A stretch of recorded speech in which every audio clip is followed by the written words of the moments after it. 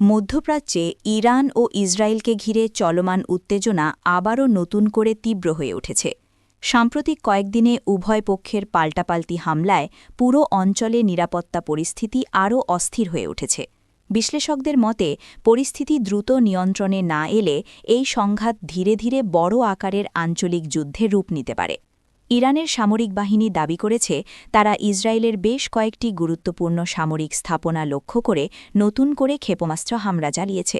ইরানের পক্ষ থেকে বলা হয়েছে এসব হামলা মূলত প্রতিশোধমূলক এবং ইসরায়েলের সাম্প্রতিক বিমান হামলার জবাব হিসেবেই পরিচালিত হয়েছে। অন্যদিকে ইসরায়েলও দাবি করেছে যে তারা ইরানের গুরুত্বপূর্ণ সামরিক ঘাঁটি ও অস্ত্র গুদাম লক্ষ্য করে বিমান হামলা চালিয়েছে। ফলে দুই পক্ষের মধ্যে সংঘাত আরও বিস্তৃত আকার ধারণ করছে।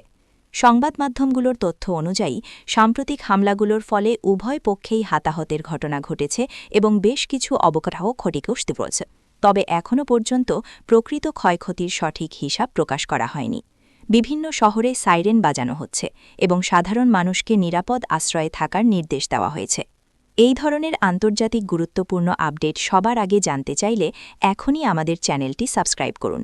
ভিডিওটি ভালো লাগলে একটি লাইক দিন এবং আপনার মতামত কমেন্ট করে জানান।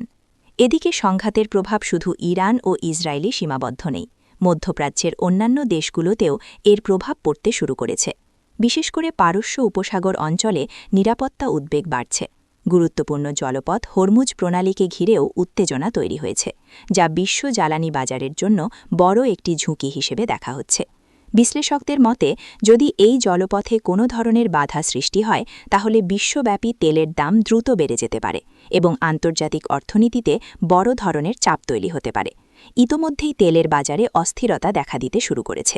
এদিকে আন্তর্জাতিক মহল থেকে পরিস্থিতি শান্ত করার জন্য কূটনৈতিক উদ্যোগও বাড়ানো হয়েছে। বেশ কয়েকটি দেশ মধ্যস্থতার মাধ্যমে দুই পক্ষকে সংযত থাকার আহ্বান জানিয়েছে। তবে এখনও পর্যন্ত স্থায়ী সমাধানের কোনো স্পষ্ট অগ্রগতি দেখা যায়নি। সব মিলিয়ে মধ্যপ্রাচ্যের বর্তমান পরিস্থিতি অত্যন্ত সংবেদনশীল ও অনিশ্চিত। প্রতিটি হামলা ও পাল্টা হামলার মধ্য দিয়ে উত্তেজনা আরও বাড়ছে এবং পুরো বিশ্ব এখন নজর রাখছে এই সংঘাতের পরবর্তী গতিপ্রকৃতির দিকে।